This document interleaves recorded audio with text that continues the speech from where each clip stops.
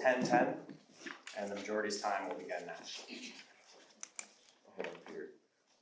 Ms. Dunn, thank you for being here. Did you provide this opening statement to anyone other than the committee today? Yes. Who? We released it to reporters who've been following these hearings. Thank you. Yes. Ms. Dunn, do you believe President Biden was in mental or cognitive decline while he was president of the United States? I do not believe that. Do you believe he's still fit to serve today? I believe serve today? that to serve today is August 2025. Right. President Biden ran for re-election. If he had won, he would be president today. Do you think that he has the cognitive ability to be president today? No, I can't speculate on that since the committee has asked me not to speculate. I can say that while I served as a senior advisor to President Biden in the White House and dealt with him on a very regular basis, that he had the cognitive ability to do the job as president. We'll get a little bit more into your experience after this, but you first worked for President Biden directly for President Biden during his 2020 presidential campaign, is that right? That's correct. You also worked during the Obama administration as interim communications director while Joe Biden was vice president and on the 2008-2012 campaigns, is that correct? That is correct. Of course, President Biden has literally gotten older, but have you noticed signs of his aging since you first met him? No.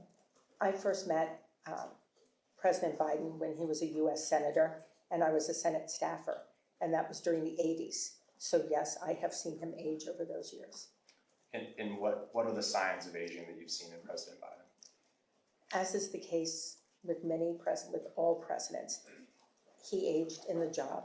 But I would say that primarily while he was president, I thought his voice was softer and that his childhood stutter reappeared.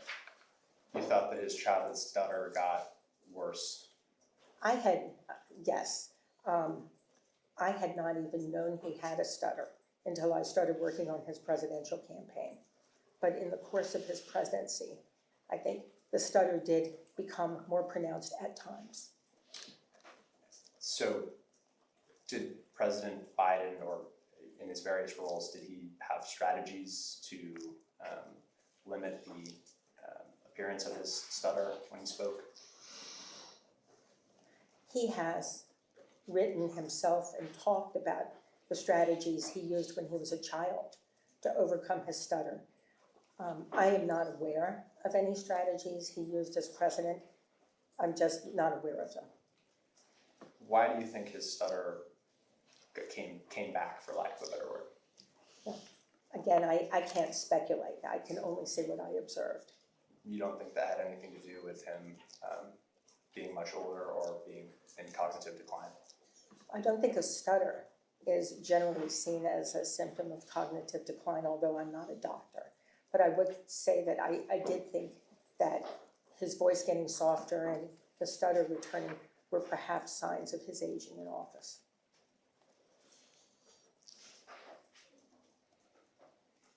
During his presidency, did you receive outreach from people outside of the White House who were concerned about President Biden's cognitive decline? I don't remember conversations of that kind. So you don't remember any conversations with somebody from outside of the White House talking to you with concerns that President Biden was in cognitive decline? I don't remember any conversations of that kind.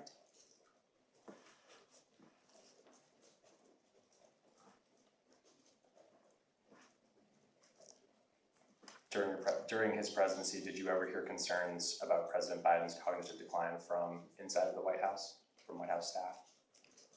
No, I do not remember hearing any conversations about cognitive decline within the White House staff.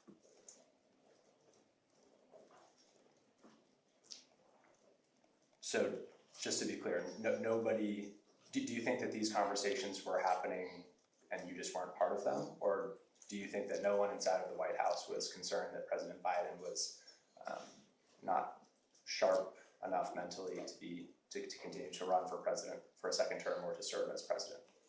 Well, again, I can't speculate as to what people were talking about. I can only speak to what I observed, which was a president who was engaged with the issues, a president who was making the decisions that a president needs to make, and who had the decisions brought to him for him to make by his senior advisors. Do you think if people had those concerns about President Biden's cognitive state, that they would have been afraid to bring them to you or other members of the senior staff? Well, again, I can't speculate. I think I was viewed as a fairly accessible senior staff member. If somebody had brought a concern like that, how do you think you would have reacted? You know, because no one brought that kind of concern to me, that's a very hard question for me to answer. Peter, one second.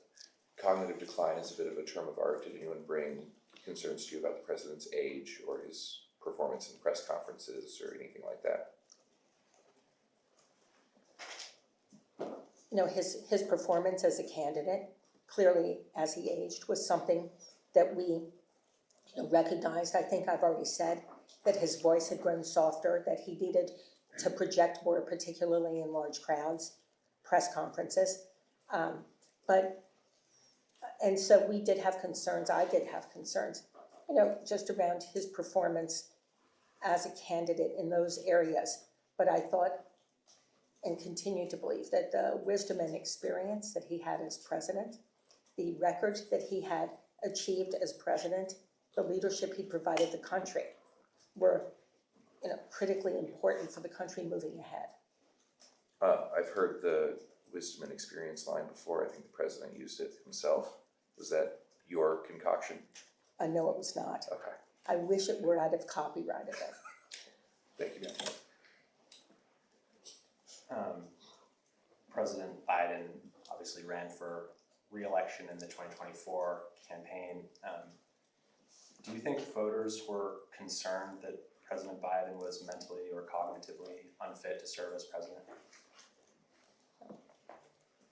What we saw in the public polling and what we saw in the private polling was that age was a concern for voters, as it was in 2020.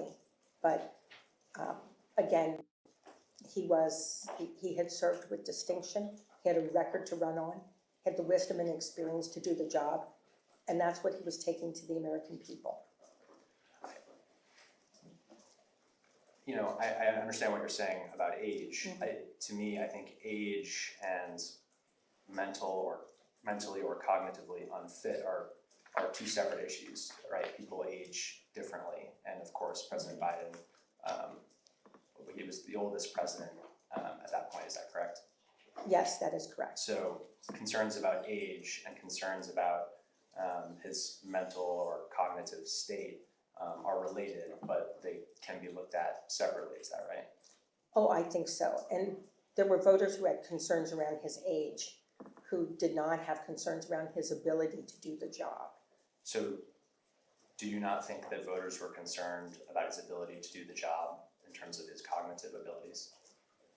No, you're asking me to mind read a lot of voters in this country. I can tell you that in our data, we saw that his age was certainly an issue for voters, but that voters also saw him as someone who was doing the job as president.